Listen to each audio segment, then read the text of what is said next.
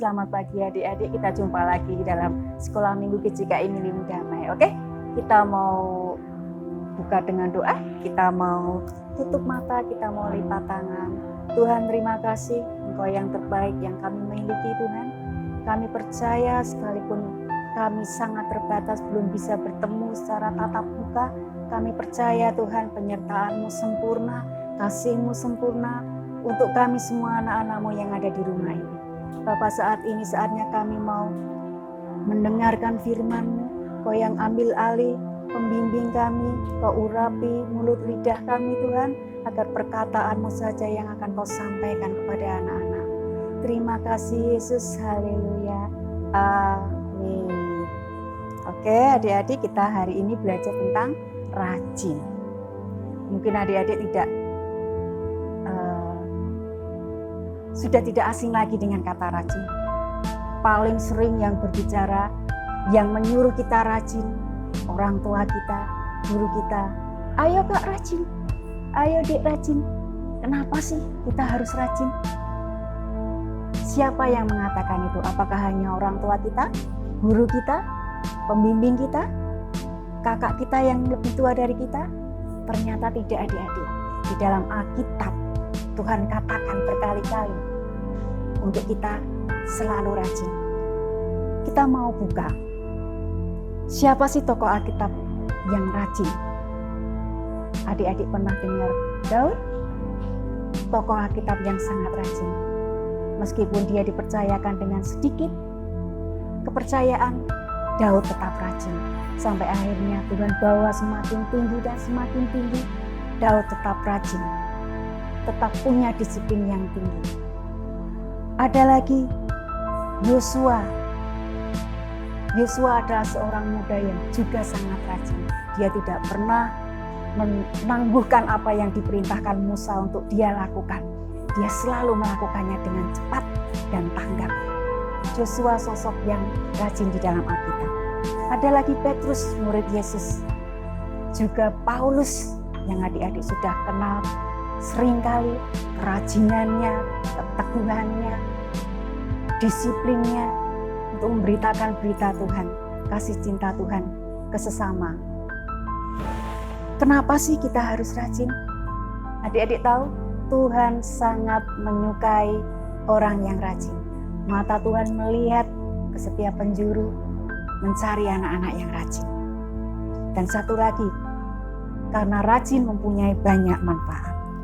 Kita mau belajar dari Alkitab. Apa sih Bu Yuli? Ayatnya di mana tentang rajin? Mungkin adik-adik selama ini bosen dengar mama papa harus bilang, Dek rajin, Kak rajin. Tapi kita mau belajar hari ini bahwa Tuhan yang mengatakan kita harus rajin. Kita buka Amsal 13 ayat 4. Bu Yuli bacakan.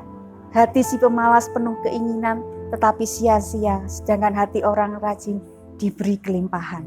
Ada lagi adik-adik, Amsal 12:24. Tangan orang rajin memegang kekuasaan, tetapi kemalasan mengakibatkan kerja paksa. Banyak sekali ayat-ayat tentang kerajinan. Satu lagi Willy mau bacakan, Amsal 10 ayat 4. Tangan yang lamban membuat miskin, tetapi tangan orang rajin menjadikan kaya. Kita mau belajar di sini, miskin berarti kekurangan. Jika kita malas, biasanya seorang pemalas hanya suka berangan-angan. Berangan-angan yang tinggi, banyak hal, tapi tidak mau melakukannya. Itu yang Tuhan tidak suka. Tapi Tuhan suka orang yang rajin. Orang yang rajin, pasti dia punya semangat yang menyala-nyala. Dia pantang menyerah. Dia tidak putus asa. Karena dia akan menggapai apa yang dia inginkan. Apa yang dia rencanakan. Apa yang dia banggakan. Apa yang dia dicita-citakan. Orang rajin pasti juga akan disiplin adik-adik. Tidak ada satu kerajinan yang tidak disertai dengan disiplin. Adik-adik mungkin pernah mendengar bahwa orang yang pandai atau cerdas secara pikirannya bisa dikalahkan dengan seorang yang biasa-biasa saja tetapi mempunyai kerajinan yang luar biasa. Itu membuktikan bahwa rajin adalah sifat yang sangat luar biasa yang Tuhan suka. Tetapi kalau kita lamban membuat miskin. Miskin berarti kekurangan adik-adik. Bukan hanya kekurangan uang, tapi kita juga kurang pengetahuan, kurang percaya diri, dan masih banyak hal lagi. Tapi kalau kita rajin melakukan segala hal tanpa memandang bulu, tanpa pilih kasih, kita punya pengetahuan yang banyak. Keinginan kita mudah tercapai. Dan yang lebih lagi, kekayaan, kehormatan, masa depan yang lebih baik pasti akan menjadi milik kalian. Jadi masa pandemi ini, Bu Yuli yakin kerajinan adik-adik banyak yang kendor. Satu, males mandi, males belajar, tapi rajin pegang gadget.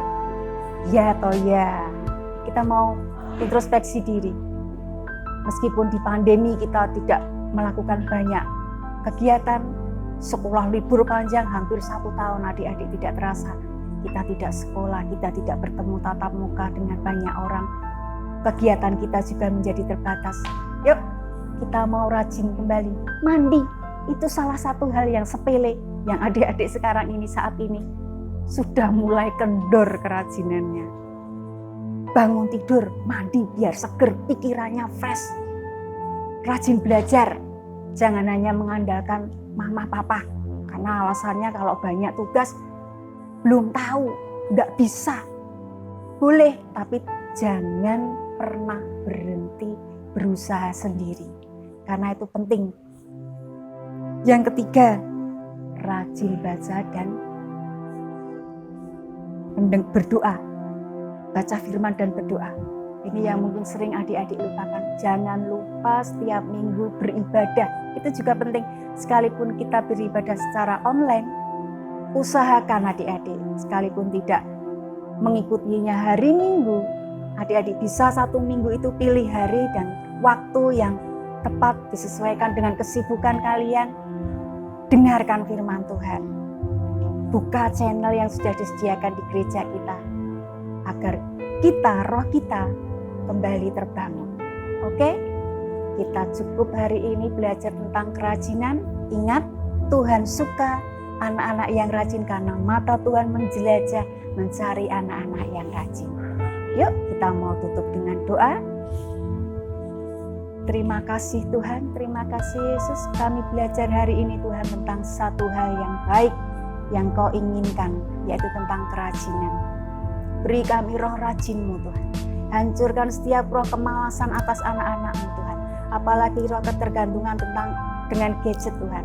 Dalam nama Tuhan Yesus, biarlah roh-Mu yang bekerja atas anak-anak-Mu Tuhan. Biarlah kami kembali menyala-nyala di dalam Engkau. Kami boleh kembali lagi mau belajar baca firman dan berdoa Tuhan. Kami juga rajin untuk mendengarkan firman-Mu dan beribadah Tuhan. Terima kasih Yesus karena kami percaya setiap didikan-Mu adalah kebaikan buat kami. Terima kasih Tuhan, terima kasih Yesus, kami serahkan anak-anak-Mu di tempat kami masing-masing ke dalam perlindungan-Mu. Dalam nama Tuhan Yesus kami berdoa dan mengucap syukur. Amin.